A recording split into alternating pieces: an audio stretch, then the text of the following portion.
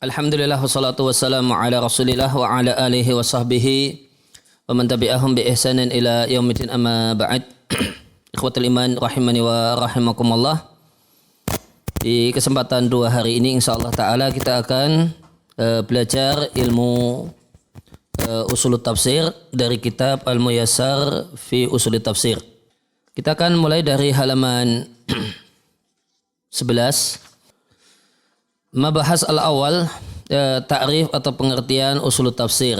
Yang pertama, pengertian al-usul. Usul jamak dari asal. Asal dalam bahasa Arab artinya bagian bawah sesuatu.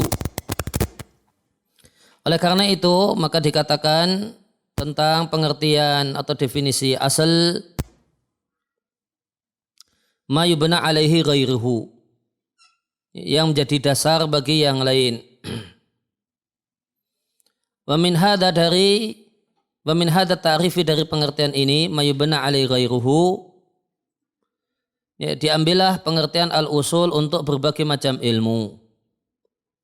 Bi annaha, bahasanya usul untuk berbagai macam ilmu adalah berbagai macam asas yang menjadi sandaran ilmu tertentu.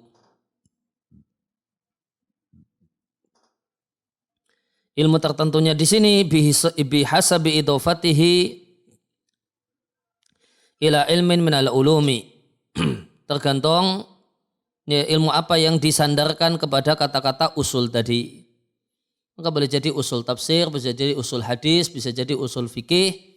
Bihasabi idofatihi ila ilmin minal ulumi. Kemudian pengertian tafsir. Tafsir dari kata-kata fasara, dan makna kata-kata fasara berputar di sekitar al-kashfi, membeberkan atau membuka, al-idah, menjelaskan, wal bayan, dan menjelaskan. Yang dimaksud dengan tafsir di sini adalah tafsir Al-Quran. Maka berdasarkan hal ini, maka tafsir secara istilah adalah penjelasan tentang makna atau pesan yang terkandung dari Al-Quran. Maka di definisi disampaikan bayanul ma'ani, penjelasan tentang makna dan pesan. Maka tidak termasuk ilmu usul tafsir, maka kharijan, segala sesuatu yang keluar dari batasan bayanil ma'ani, penjelasan makna. Semisal bayan, penjelasan cara al-ada, cara membaca Al-Quran. Maka dia bukan ilmu usul tafsir, namun ilmu qiraat. Bayan, penjelasan tentang adatil ayi as-surati, jumlah ayat dalam satu surat, namanya ilmu adil ayi.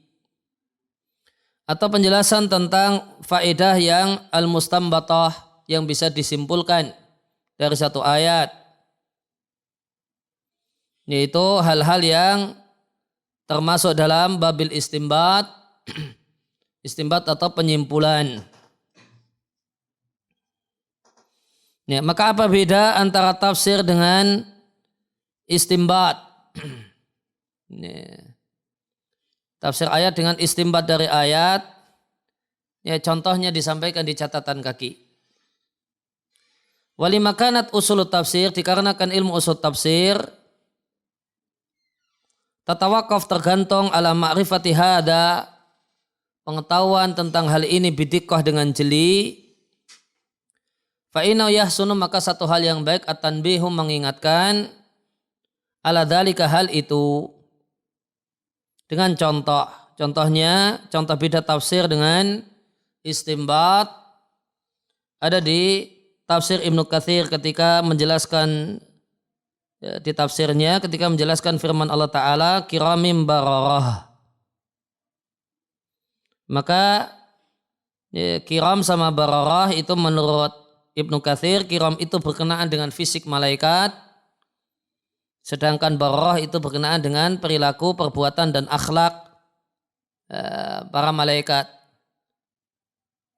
Maka tentang kiram, kata Ibnu Katsir, ai khalquhum, fisik mereka itu karimun, mulia, hasanun, ganteng, syarifun, mulia. Ya, fisiknya Ya, pokoknya bagus gitu. Itu makna kiram. Sedangkan bararah, akhlaquhum wa af'aluhum baratun tahiratun kamilatun. Akhlak para malaikat dan perbuatan serta tindak tanduk mereka itu baik, suci dan sempurna. Nah, sampai sini ini namanya tafsir. Kemudian kalimat selanjutnya namanya istimbat. Istimbat dari ayat. Wa min hahuna, maka berangkat dari sini yang bari sepatutnya lihamil Quran, bagi seorang yang hafal Al-Quran, hendaknya perbuatannya dan ucapannya ala sadat wa rasyad, benar dan benar. Ini, hendaknya perbuatannya dan ucapannya adalah ucapan dan perbuatan yang bagus. Intaha, sekian kutipan dari tafsir Ibnu Katsir. Maka bagian yang pertama dari perkataan Ibnu Katsir itu statusnya tafsir. Dari khalquhum sampai tahiratun kamilatun itu tafsir. Sedangkan perkataan Ibnu Katsir wa min hahuna ila akhirih itu contoh istimbat dari ayat. Ini beda. Ini tafsir ayat sama istimbat dari ayat. Itu contohnya demikian. Kembali ke atas. Maka mufassir adalah orang yang menjelaskan makna kandungan Al-Quran. Maka termasuk dalam pengertian mufassir, pertama, semua orang yang lahu ara'un fit tafsir, punya pendapat dalam bidang tafsir. Meskipun dia tidak selesai 30 juz. Yang jelas dia punya pendapat dalam tafsir. Kemudian yang kedua, wa kana mimman tasadda lahu bita'lifi. Orang yang tasadda bersengaja bita'lif, bikin tulisan tentang tafsir, bikin buku tentang tafsir. Awit tadris atau mengajarkan tafsir Al-Quran. Dia tidak nulis namun punyanya rekaman.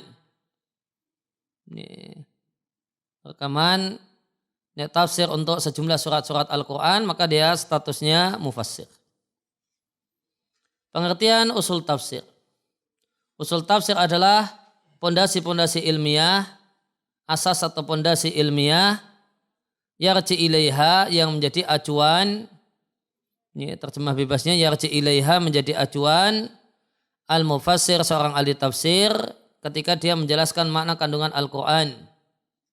Dan ketika dia tahrir, memilih ikhtilaf ketika terjadi perselisihan dalam tafsir. Maka ketika dia memilih mana pendapat yang kuat, dia harus pakai landasan, harus pakai pondasi. Pondasinya pondasi ilmiah. Nah itulah usul tafsir.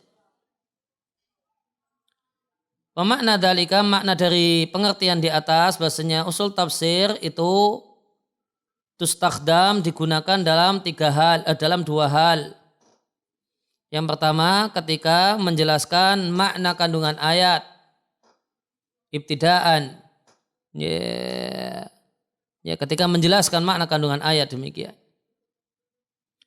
Maka pengetahuan seorang terhadap ilmu usul tafsir akan menghalangi orang tersebut untuk tidak mendatangkan makna ayat yang lemah, makna ayat dengan pemaknaan yang lemah, tidak tepat atau kurang tepat, atau pemaknaan yang jelek atau yang rusak. Fungsi yang kedua dari ilmu usul tafsir bagi seorang mufassir, fungsi yang kedua adalah fi halil ikhtiyar. Tadi diambil dari di definisi diambil dari tahririhi lil ikhtilafi fi tafsiri. Maka kalimat ini menunjukkan fungsi yang kedua dari ilmu usul tafsir itu bermanfaat fi halil ikhtiyar saat memilih pendapat. Saat mau melakukan aktivitas tarjih di antara pendapat-pendapat yang mukhtalifah yang beraneka ragam di bidang tafsir. Idil ikhtiyar karena memilih atau merajihkan tidak boleh dilakukan kecuali berdasarkan ilmu bil qawaid ilmiah. Ilmu tentang kaidah-kaidah ilmiah dan indikator-indikator tarjih. Jika tidak, maka tarjih tersebut lam yakun makbulan, bukanlah tarjih yang diterima. Kemudian ahamiyah urgensi ilmu usul tafsir. Ilmu usul tafsir adalah al-mi'yar, tolak ukur atau parameter yang digunakan untuk tuqasubihi, digunakan untuk mengukur al-aqwal, berbagai macam pendapat. Wa yu'rafu, sehingga diketahui as-sahihu, pendapat tafsir yang benar, wa ma huwa dunahu, dan yang tidak benar. Walaulaha, seandainya bukan karena ilmu usul tafsir, maka na'indana, maka kita tidak memiliki piranti atau alat nabditu bihi al-aqwala, untuk mengukur berbagai macam pendapat. Mana pendapat yang benar dan tidak. Kita tidak punya alat kalau tanpa ilmu usul tafsir. Ini tafsiran ngawur apa bukan? Kita tidak bisa menjat kalau tanpa ilmu usul tafsir. Wa na'rif al-farqa bainaha, dan kita tidak bisa mengetahui perbedaan di antara pendapat-pendapat tersebut. Pembahasan ilmu usul tafsir. Pembahasan yang paling urgen dari ilmu ini adalah 3 hal yang kuliah, semuanya bersifat general. Yang pertama, sumber tafsir dan metode tafsir. Yang kedua, ikhtilaf fit tafsir, perbedaan pendapat dalam tafsir, sebab dan macam-macamnya. Kemudian pembahasan yang ketiga adalah kaidah-kaidah dalam tafsir. Jadi ada 3 bab besar. Ini ada 3 bab besar dalam ilmu usul tafsir. Ada catatan kaki tentang definisi usul tafsir. Usul tafsir adalah usulun, pondasi untuk memahami makna dan pesan Al-Quran. Lakin limakana, akan tapi dikarenakan memahami makna, qad waqa'a fi al-ikhtilaf, sungguh telah terjadi perbedaan padanya, maka ihtaja, maka man yuridu dirasata usul tafsir, maka orang yang ingin mempelajari ilmu usul tafsir ihtaja, memerlukan pengetahuan tentang ikhtilaf. Sebab-sebab ada ikhtilaf dalam tafsir, macam-macamnya, dan metode yang tepat untuk ta'amul, menyikapinya.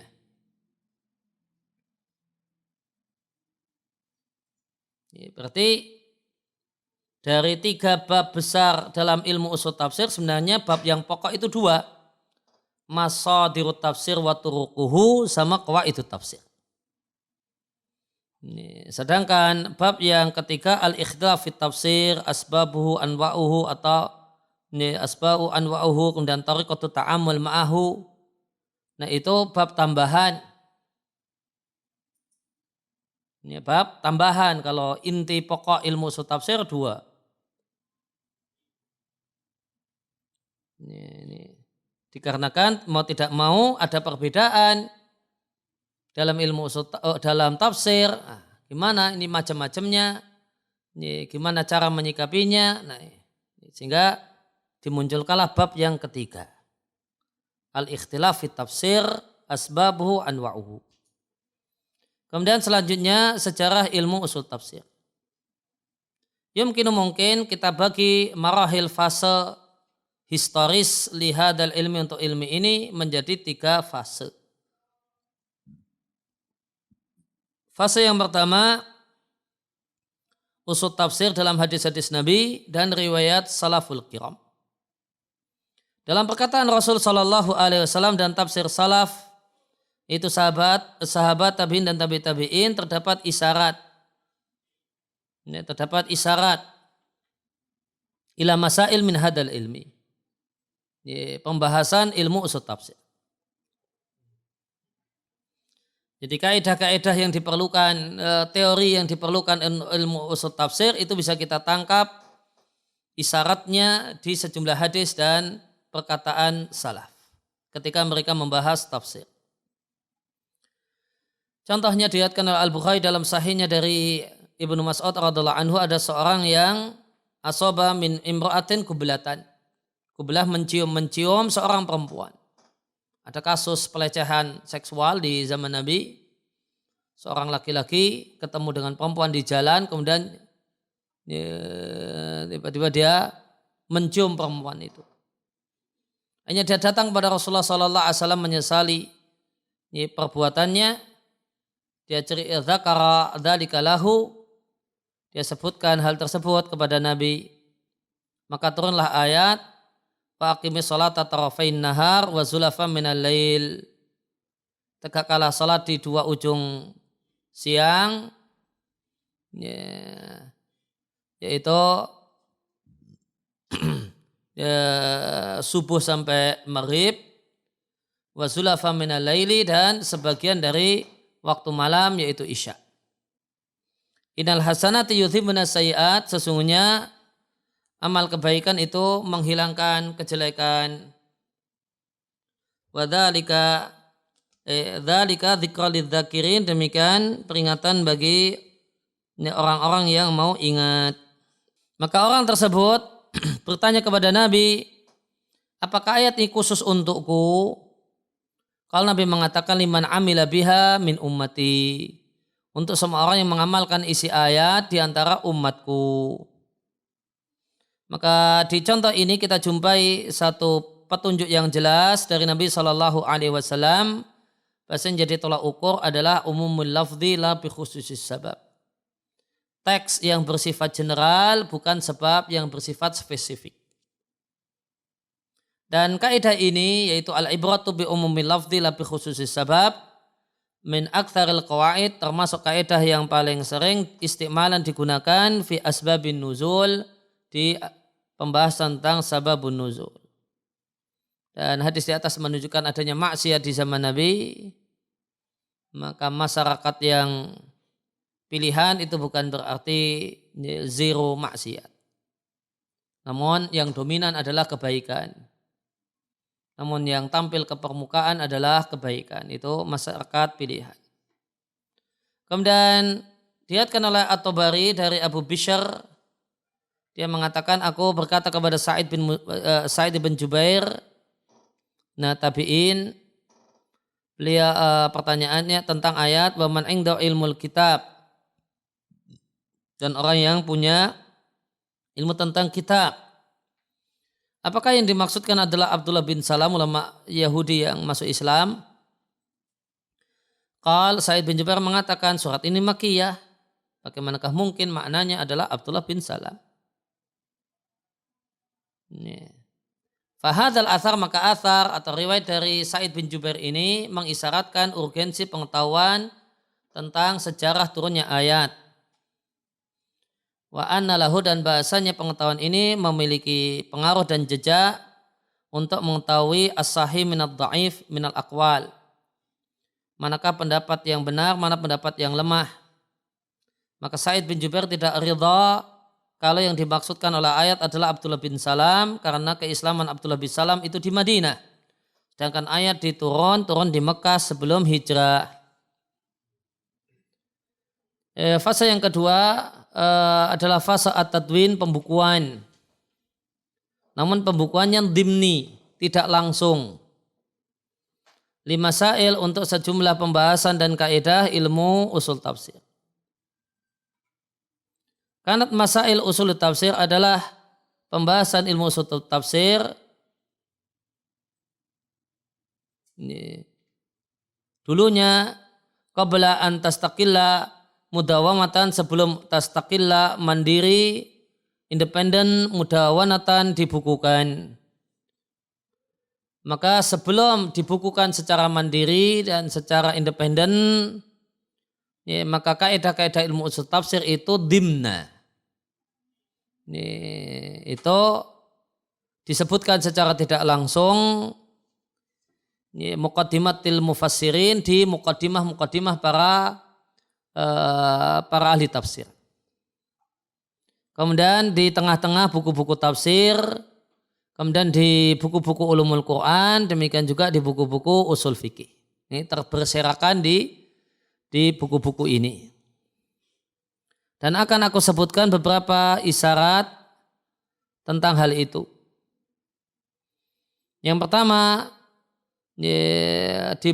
dijumpai kaidah-kaidah ilmu usul tafsir di muqaddimah para ahli tafsir ketika mereka menulis buku tafsir. Mayoritas ahli tafsir iktana perhatian bitamhid dengan pengantar untuk buku tafsir mereka dengan memberikan muqaddimah. Tutrah disampaikan fiha di muqaddimah adadun minal maudu'at sejumlah tema. Wa yaghlib 'alaiha dan yang dominan di tema-tema tersebut adalah disebutkannya sejumlah pembahasan ilmu usul tafsir. Ala sabil misal sebagai contoh muqaddimah Ibnu Jarir At-Tabari, seorang ulama yang wafat tahun 310 Hijriah. Di tafsirnya Jami' al-Bayan an ta'wili ayil Quran. Yang kalau diterjemahkan yang lengkap menjelaskan tafsir ayat-ayat Al-Quran. Di catatan kaki,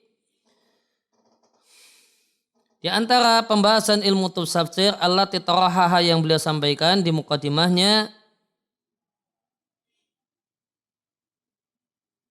al-qaulu fil wujuh, ini perkataan atau penjelasan tentang berbagai macam bentuk,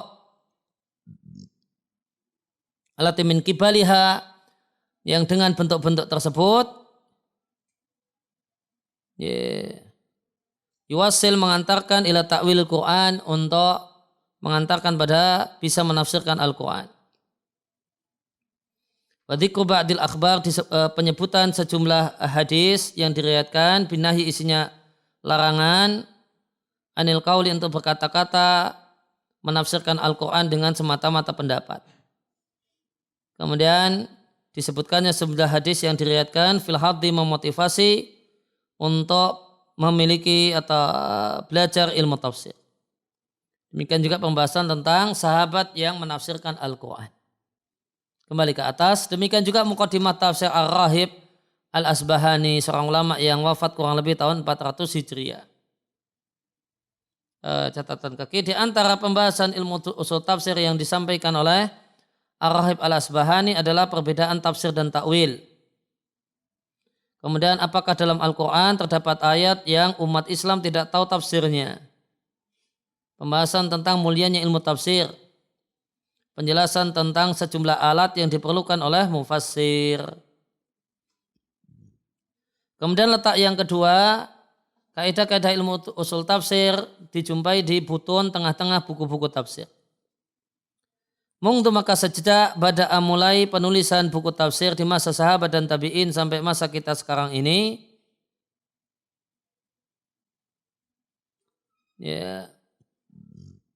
wa kutubu tafsir dan buku-buku tafsir tatadoman memuat sejumlah usul-usulnya. Wa in kanat qad yadharu, meskipun qad yadharu terkadang nampak di sebagiannya secara gamblang, wa yakhfa fi ukhra, dan di kesempatan yang lain tidak terlihat.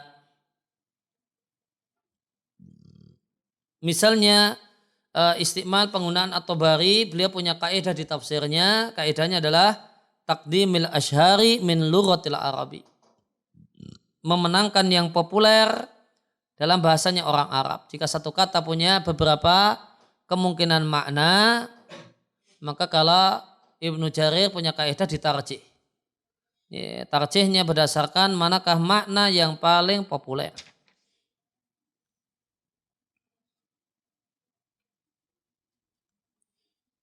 Wa ya qaidaton, dan dia adalah salah satu kaidah tafsir yang merupakan bagian dari ilmu usul tafsir. Kemudian yang ketiga kita jumpai juga di buku-buku ulumul Quran. Usul tafsir itu berbeda dengan ulumul Quran. Apa bedanya? Wadhalika, dan perbedaannya dhahirun, terlihat dengan perbedaan mudhaf ilaihnya. Ini ilmu Al-Quran dan ini ilmu tafsir. Maka usul tafsir, usul di sini mudhaf ke tafsir. Dan tafsir itu salah satu bagian dari ulumul Quran. Sehingga yang betul ilmu usul tafsir itu bagian dari ulumul Quran. Oleh karena itu maka buku-buku ulumul Quran tadammanat memuat sebagian pembahasan ilmu usul tafsir. Dan termasuk buku yang paling luas Torhan menyampaikan kaidah-kaidah ilmu usul tafsir yang dia adalah buku ulumul Quran. Ada kitab Al-Burhan fi ulumul Quran karya Az-Zarkasi, kitab Al-Itqan fi ulumul Quran karya Suyuti.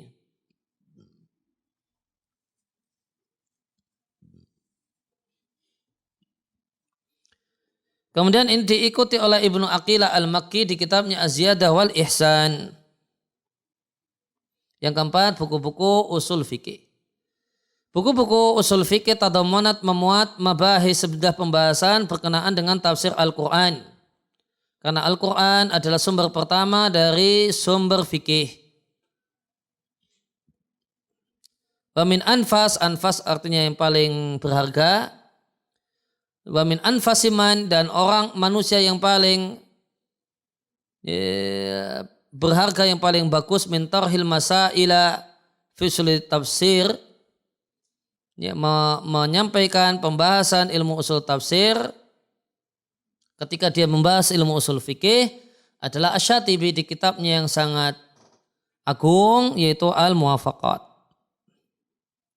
Kemudian fase yang ketiga, fase at-tadwin, pembukuan al-mustaqil independen untuk pembahasan ilmu usul tafsir. Bada'at mulailah budur benih ilmu ini fi isyarati ba'dil ayati, dalam isyarat sejumlah ayat dan hadis-hadis Nabi, kemudian dalam athar para sahabat tabi'i dan orang-orang setelah mereka. Thumma bada'at, kemudian mulailah tadharu, muncul pembahasannya sedikit demi sedikit sampai jadilah dia ilmu mutamayyizan, ilmu yang berbeda dengan yang lain. Lahu, memiliki buku-buku khusus. Wa min abrasi kutubi usul tafsir, dan di antara buku usul tafsir yang paling menonjol dan bisa dikatakan yang paling pertama secara khusus menulis untuk ilmu usul tafsir. Buku pertama yang khusus ditulis untuk ilmu usul tafsir adalah Muqaddimah fi usul tafsir karya Ibnu Taimiyah. Kemudian setelah itu adalah buku-buku kontemporer. Di antara buku-buku kontemporer tentang ilmu usul tafsir ada Usul Tafsir wa Qawaidu karya Khalid bin Abdullah Al-Aq, Usul Tafsir dan Metodenya karya Al-Ustadz Dr. Fahad Ar-Rumi. Kemudian At-Tahrir fi Usul Tafsir karya Al-Ustadz, Al-Ustadz di sini artinya profesor.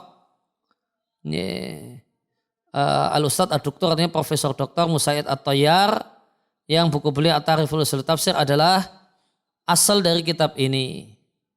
Karena kitab yang kita baca adalah ringkasan dari kitab At-Tahrir fi Usul Tafsir karya Profesor Dr. Musaid At-Tayyar. Maka gambarannya Tahrir Usul Tafsir ada 3 fase. Fase yang pertama adalah usul tafsir dalam athar nabawiyah, dalam hadis Nabi dan athar salaf. Kemudian fase yang kedua At-Tanwin Ad-Dimni, penulisan secara tidak langsung ada di 4 tempat.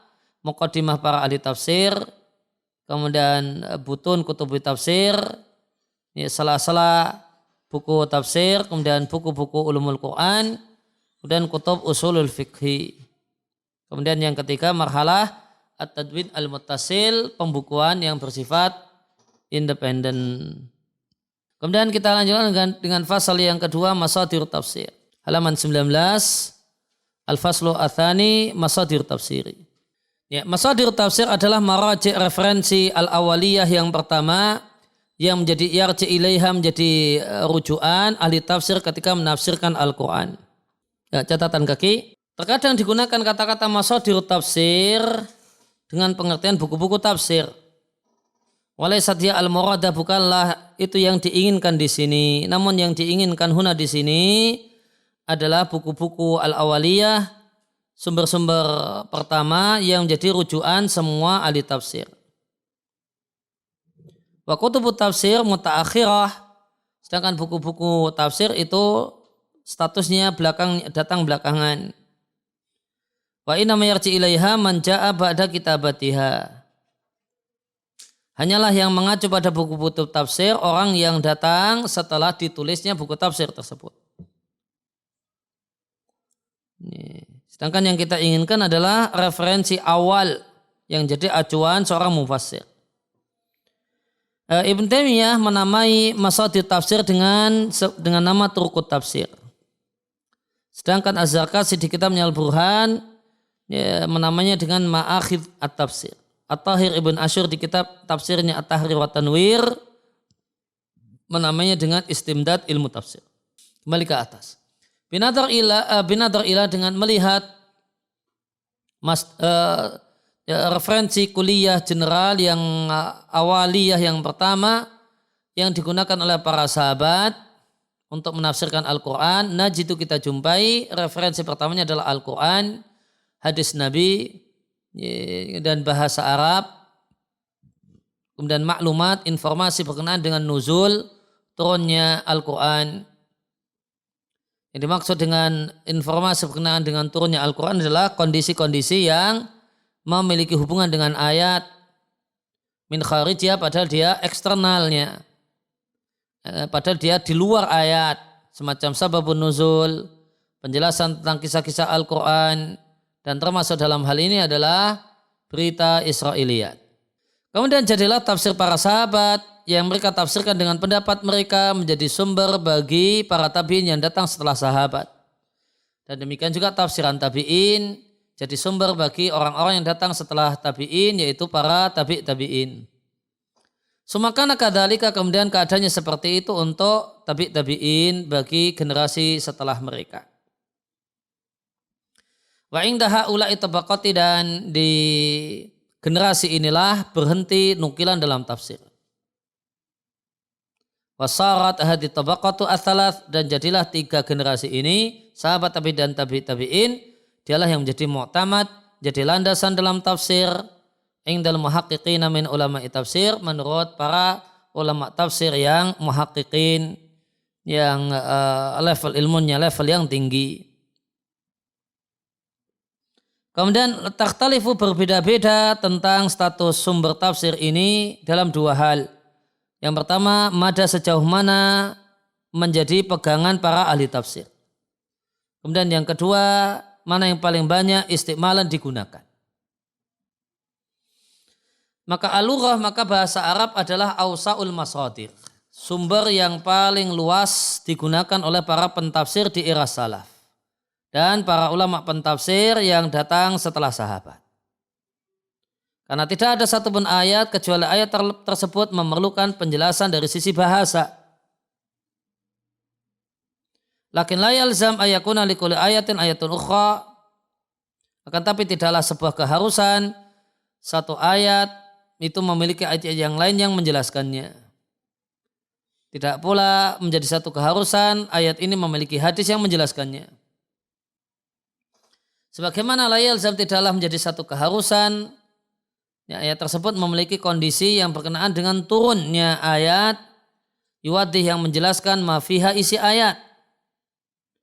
Karena banyak dari Al-Quran turun ibtidaan langsung saja tanpa dikaitkan dengan suasana atau kondisi tertentu.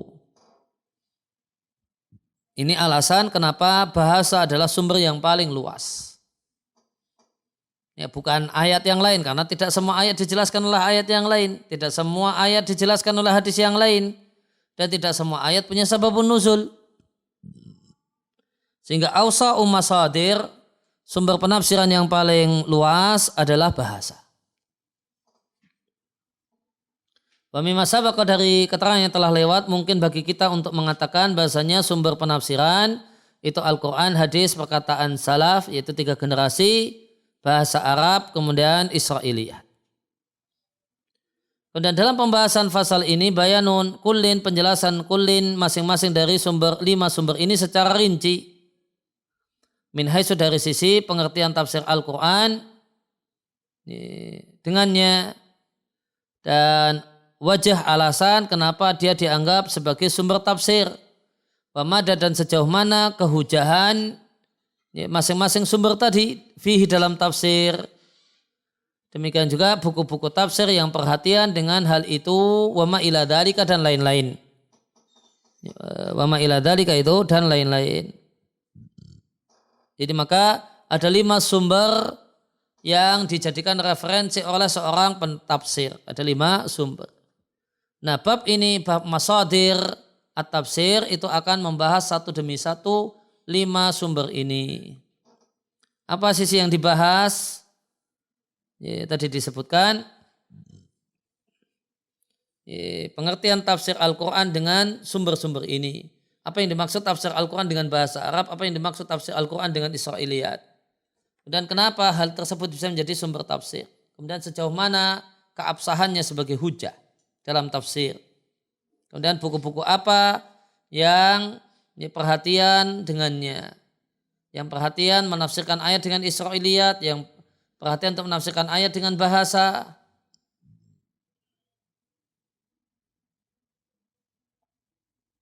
Dan seterusnya. Kemudian sehingga pembahasan pertama, sumber tafsir yang pertama adalah, atau sebelumnya tadi dibuat kesimpulan di kolom-kolom masadir tafsir ada 5, Al-Quran, Sunnah, Al-Lughah, kemudian Aqwalus Salaf. Aqwalus Salaf itu mencakup 3, perkataan sahabat, tabi'in dan tabi'in, kemudian Israiliyat.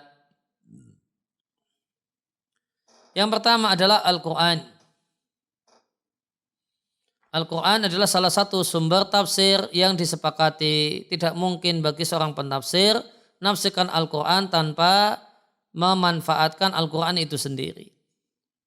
Pengertian tafsir Al-Quran dengan Al-Quran. Tafsir Al-Quran dengan Al-Quran artinya menjelaskan makna ayat berdasarkan dalalah berdasarkan dalalah ayatin ukhra. Kandungan makna ayat yang lain.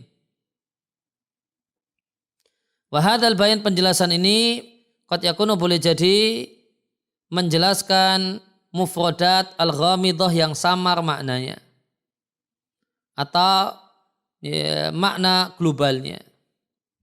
Dan boleh jadi penjelasannya itu dalam bentuk mentaksis al-am dan penjelasan-penjelasan yang lain, mimma yaqa' bihi bayanu maknan, yang dengannya terdapat penjelasan makna jumlatan min jumalil ayat, sejumlah ayat dengan ayat yang lain. Maka hubungan antara satu ayat yang menjelaskan ayat yang lain tadi dijelaskan. Bisa jadi hubungannya cuma menjelaskan satu kosakata yang samar yang ada di ayat yang lain, atau menjelaskan makna global dari ayat yang lain, atau ternyata mentaksis ayat tersebut. Itu bentuk-bentuknya. Dan catatan kaki, qad yakunu tafsirul Qur'an bil Qur'an, boleh jadi tafsiran Al-Qur'an dengan Al-Qur'an itu ada dalam rangkaian ayat itu sendiri. Contohnya At-Tariq. Was-sama'i wat-tariq. Ini ada apa itu tariq? Wa ma adraka mat-tariq. Kemudian an-najmus tsaqib. Apa yang dimaksud dengan tariq? An-najmus tsaqib.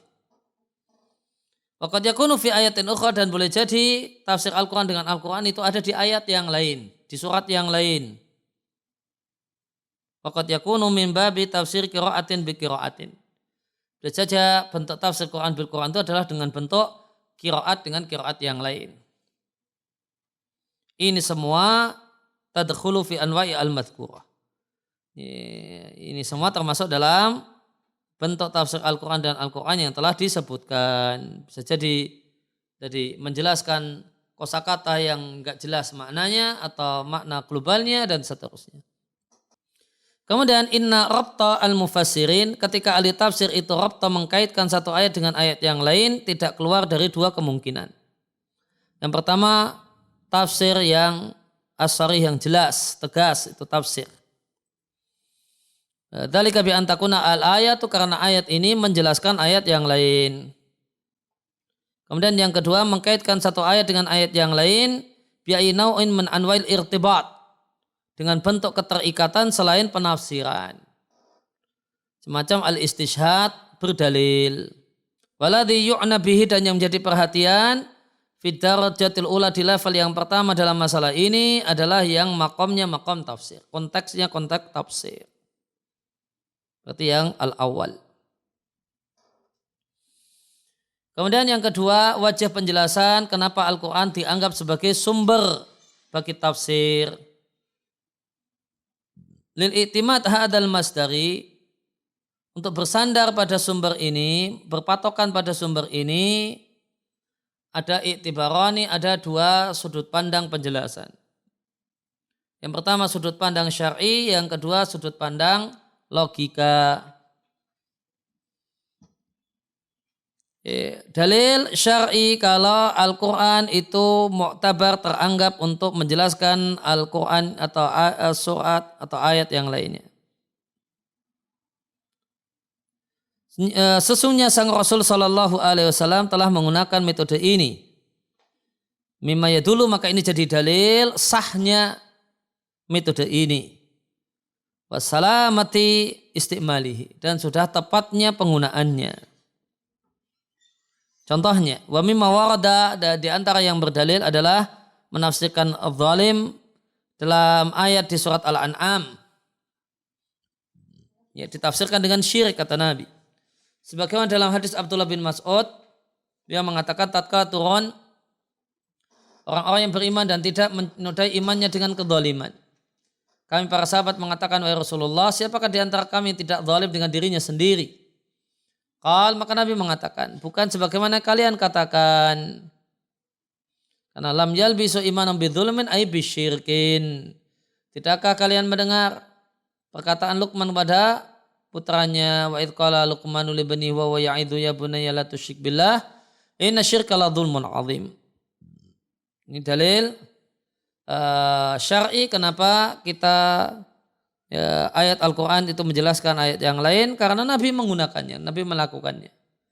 Dalil akli adalah al-mutakalim, si penutur tentu lebih tahu tentang maksud perkataannya.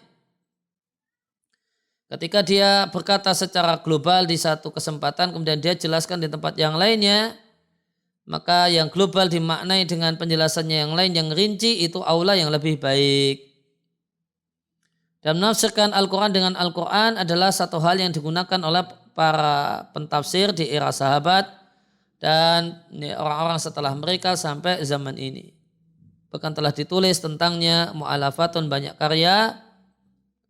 Bahkan ada jadilah tafsir Al-Quran, dan Al-Quran itu menjadi sasaran penulisan buku.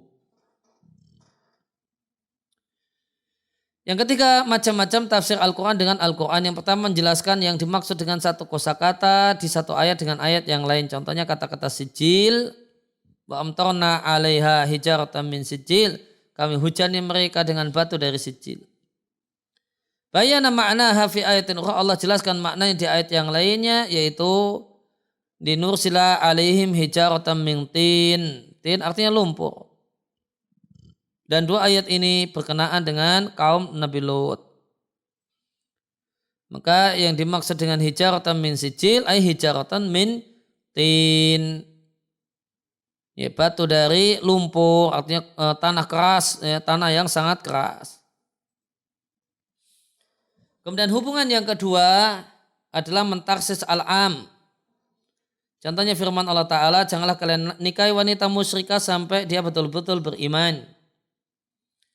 Maka sebagian ahli tafsir menyebutkan bahasanya ayat ini bersifat general untuk semua musyrikat, wanita musyrik, wathaniyah, penyembah berhala. Dan juga termasuk perempuan ahli kitab.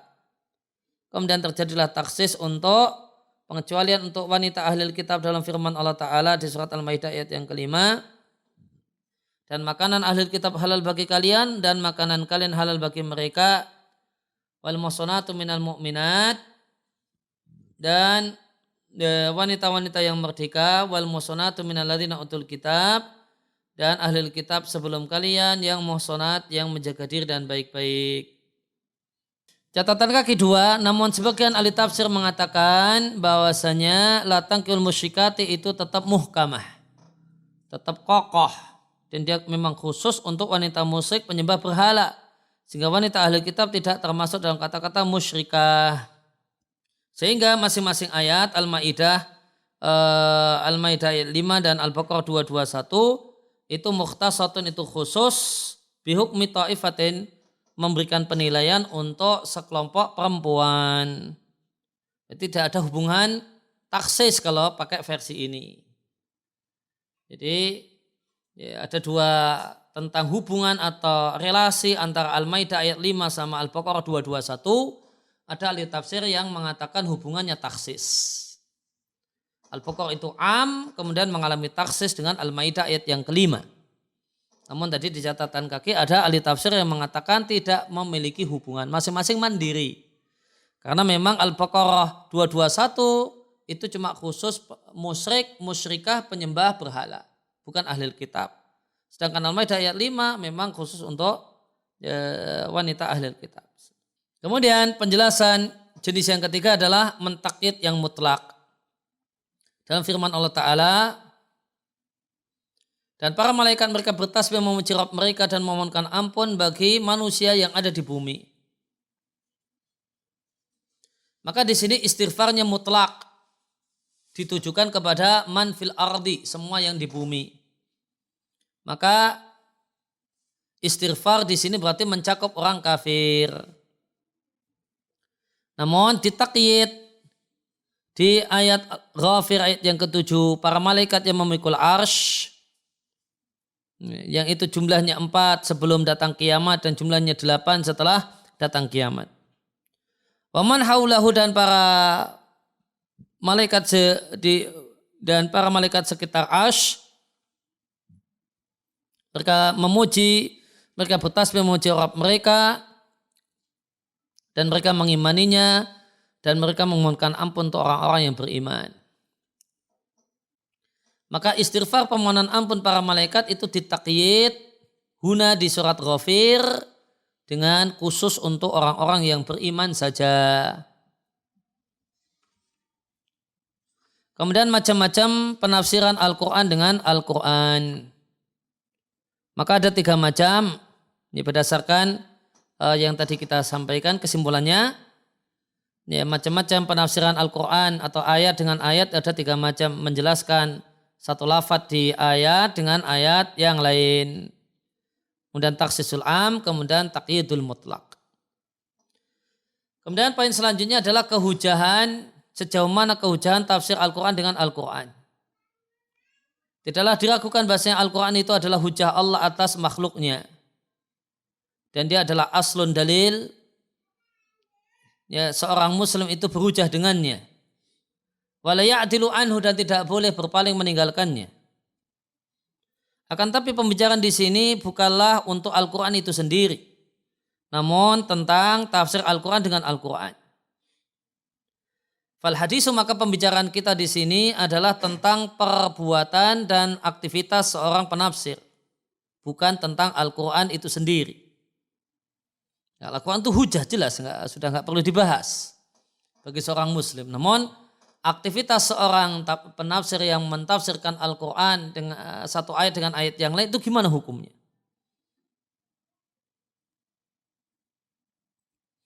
Wa idza ta'ammalta, dan jika Anda renungkan, maka nampak bagi Anda perbedaan 2 hal ini. Bedakan antara hal ini. Kehujahan Al-Quran dengan kehujahan tafsir Al-Quran dengan Al-Quran itu berbeda. Ya, bedakan antara kehujahan Al-Quran dengan kehujahan sejauh mana kualitas kehujahan tafsir Al-Quran dengan Al-Quran. Kalau kualitas Al-Quran nggak usah ditanyakan. Wa yumkin taqsimul hadis, dan mungkin kita bagikan al-hadis pembicaraan dalam topik ini menjadi beberapa macam. Ya, jadi ringkasnya, menafsirkan Al-Quran dengan Al-Quran, penjelasannya itu ada yang bersifat ijtihadi, ada yang bukan ijtihadi.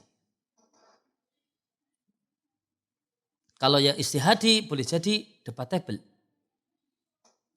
Sebagiannya nggak cocok kalau, sebagiannya nggak menerima kalau ayat ini kok ditafsirkan dengan ayat itu. Tapi kalau nggak ijtihadi karena itu langsung dari Allah, ya maka tidak perlu dibicarakan. Nah, kemudian maka yang pertama, ma la yutasawwar, tidak bisa dibayangkan terjadinya perselisihan pendapat. Kenapa? Tidak bisa dibayangkan adanya karena ini bukan ruang istihad. Karena tafsiran Quran dengan Quran langsung Allah yang melakukannya. Contohnya tafsir untuk at-tariq. As-sama'i wa tariq. Itu Allah tafsirkan dengan an-najmus tsaqib. Bintang yang cahayanya menembus.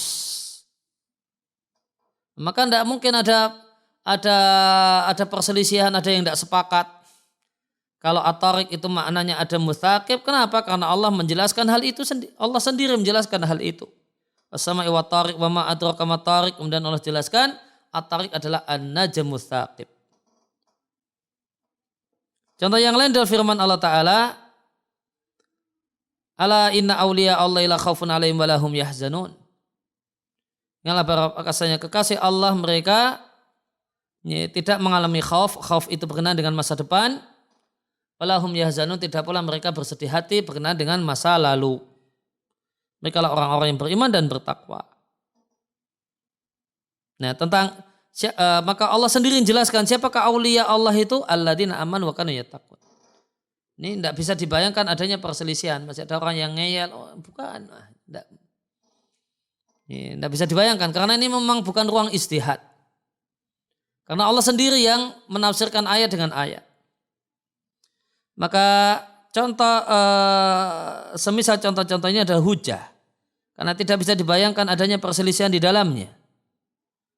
Wahya ashbah, dan ini sangat mirip untuk berstatus mujma'an alaiha. Beliau tidak memastikan, cuma semestinya ini mujma'an alaiha. Kemudian yang kedua, tafsir ayat dengan ayat namun berasal dari Nabi. Wa minhu, contohnya mawarada, apa yang terdapat anhu dari Nabi yang menafsirkan mafatih al-ghaib dalam firman Allah Ta'ala di surat Al-An'am 59. Di sisi Allah mafatih al-ghaib, tidak ada yang tahu kecuali Dia. Nabi jelaskan apa itu mafatih al-ghaib. Maka dalam hadis Ibnu Umar, Rasulullah SAW mengatakan yang dimaksud dengan mafatih itu adalah 5 hal yang Allah sampaikan di surat Luqman. Maka Nabi tafsirkan dengan ayat yang lain. Di sisi Allah lah pengetahuan tentang kapan kiamat terjadi. Dialah Allah yang menurunkan hujan. Allah mengetahui apa yang ada di rahim. Dan satu jiwa tidak mengetahui apa yang akan dia lakukan esok hari. Dan satu jiwa tidak mengetahui di bumi manakah dia akan meninggal dunia. Sehingga Allah maha mengetahui, lagi maha mengetahui. Ya, khabir itu jika digandeng dengan alim, maknanya adalah yang mengetahui bawatinul umur, hal-hal yang tersembunyi. Tapi kalau khabir itu sendirian, ya sudah maha tahu begitu saja. Wa hujiyatu misli hada, dan kehujanan semisal ini hanyalah ada disebabkan karena dia wurudi berasal dari Nabi SAW. Kemudian jenis yang ketiga, nah ini ya boleh jadi ada yang tidak sepakat ya, karena bersifat istihadi. Ya, tafsir dari si penafsir. Al-asal hukum asal tafsiran seorang penafsir ketika dia menafsirkan Al-Quran dengan Al-Quran itu berdasarkan istihad. Dan yang namanya kegiatan istihad itu qabilun bisa li shawabi, benar, wal khata', dan keliru. Ini betapapun kedudukan si ahli tafsir ini. Akan tetapi penerimaan perkataan para ulama sahabat tentang tafsir tentu tidaklah sebagaimana penerimaan pendapat orang yang datang setelah generasi sahabat. Sehingga hal ini ya'udu ila berkaitan erat dengan iktibar, pertimbangan tentang level ahli tafsir. Ahli tafsir level sahabat berbeda dengan tabi'in, berbeda dengan tabi'in, berbeda dengan orang sekarang. Sehingga semakin tinggi kedudukan seorang penafsir semakin tinggi kedudukannya dalam tafsir, maka penerimaan perkataannya lebih terdorong untuk diterima dibandingkan penerimaan perkataan ahli tafsir yang lain. Ini contohnya perkataan Umar bin Khattab tentu tidaklah sama dengan perkataan Abdurrahman bin Zaid bin Aslam. Ya, sehingga kesimpulannya dalam diagram kehujahan tafsir Al-Quran dengan Al-Quran, maka melihat, maka tidak bisa dijawab global, namun harus dirinci. Yang pertama, yang tidak mungkin terjadi perselisihan karena Allah sendiri yang melakukannya. Hujatun, maka ini hujah karena dia sangat serupa dengan sepakat ulama. Kemudian tafsir Al-Quran dengan Al-Quran, waroda yang berasal dari Nabi, tentu ini hujah karena dia berasal dari Nabi. Kemudian aktivitas seorang penafsir yang menghubungkan ayat ini dengan ayat itu. Maka ini bukan hujah karena dia ya'tamid, bersandar pada istihad. Kemudian yang kelima, pembahasan tentang tafsir Al-Quran dengan Al-Quran. Yang pertama, kedudukan tafsir istihadi untuk Al-Quran dengan Al-Quran. Berarti tafsir jenis yang ketiga tadi. Maka tafsir Al-Quran dengan Al-Quran, Al-Qaim yang berdasarkan istihad, la yalzam, tidak harus sahihan daiman, selalu tepat. Tidak pula falan, lebih-lebih lagi tidak harus selalu yang rajih. Bisa saja marjuh. Di antara contohnya yang disebutkan oleh At-Tabari ketika min tafsirin, berupa penafsiran yang dibangun di atas penafsiran Al-Quran dengan Al-Quran. Namun lihat lakinnahu, kata beliau At-Tabari, adalah anhu, berpaling darinya, ila ghairihi, memilih yang lain.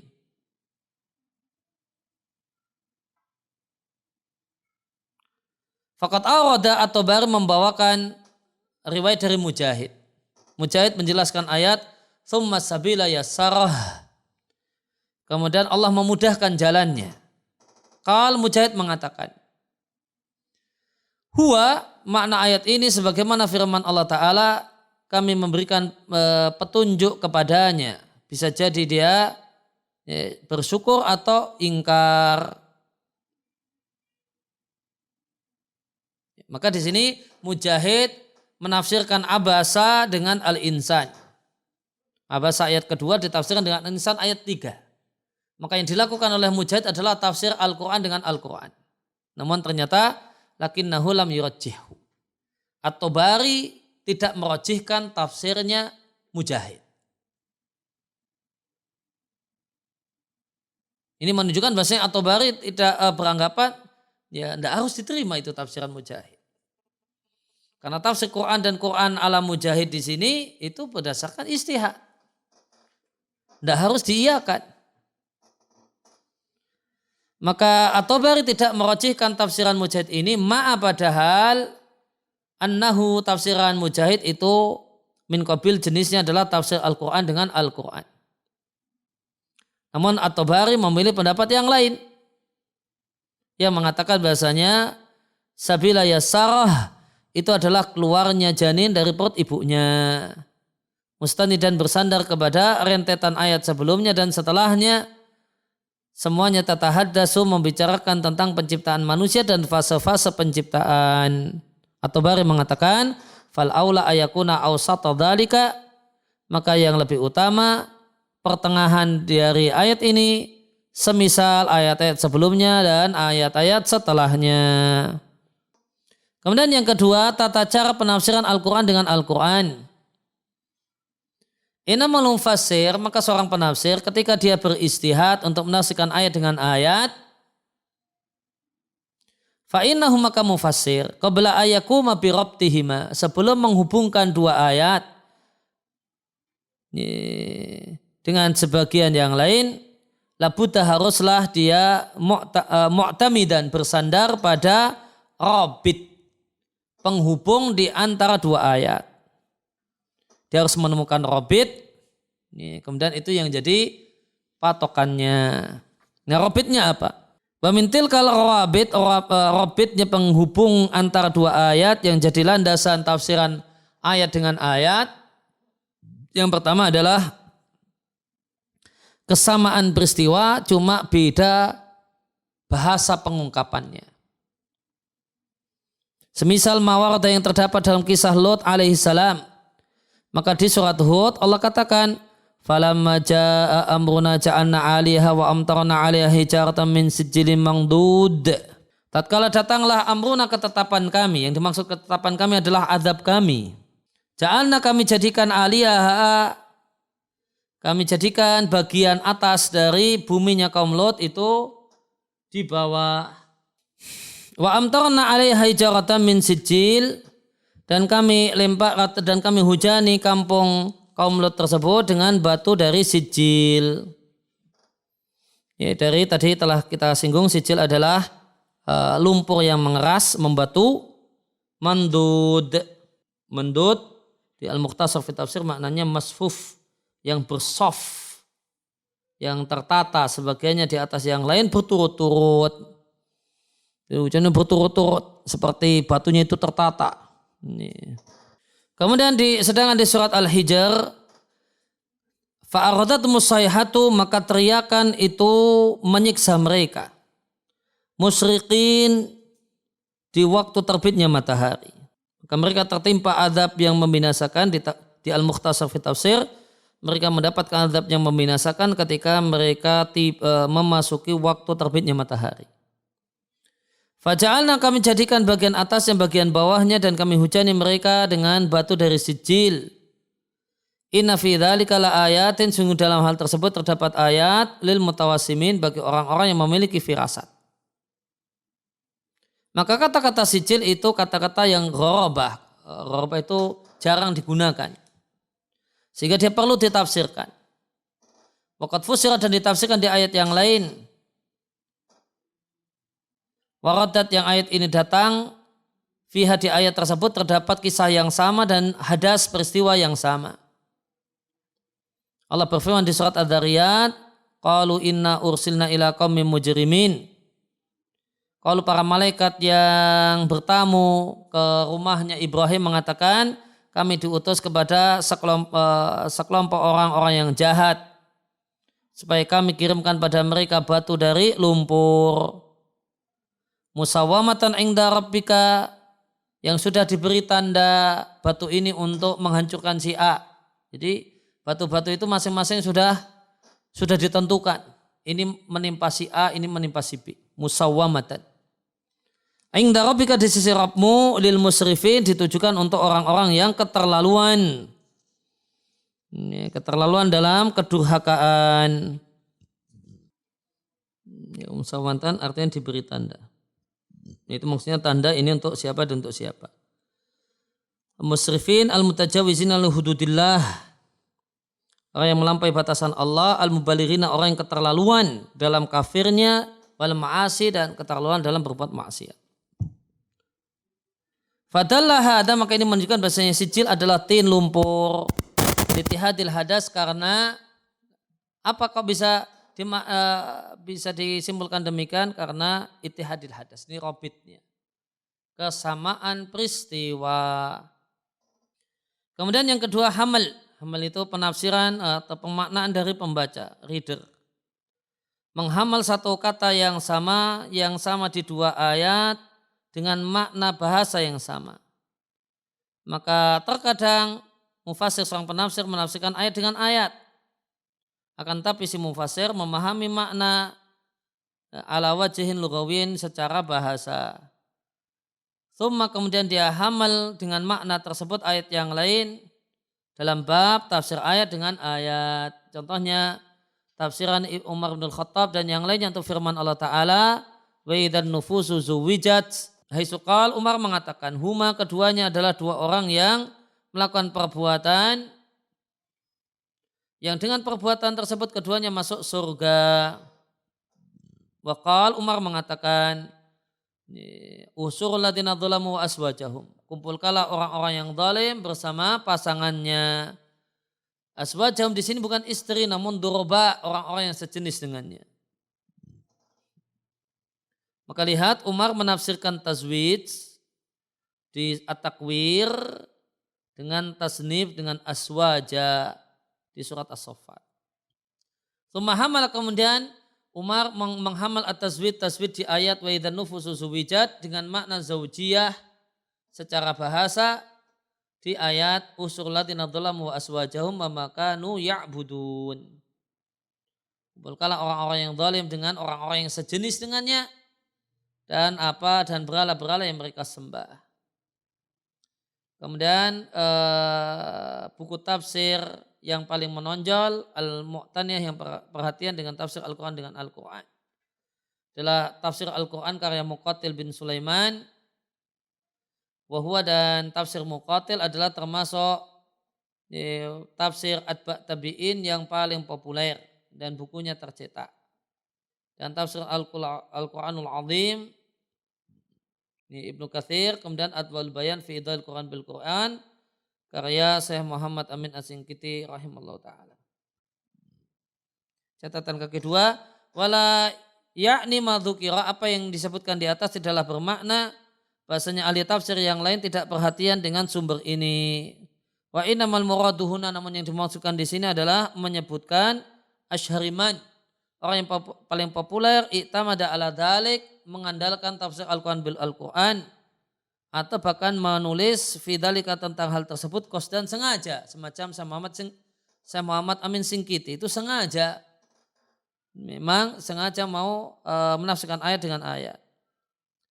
Ya, karena dia sengaja babana kitabau ala dzalik, dia bangun, dia susun, dia tulis bukunya ala dzalika berdasarkan hal tersebut. Ya, demikian kita break sesaat, 10 menit. Wassallallahu ala nabiyina Muhammadin wa ala alihi washabihi wasallam.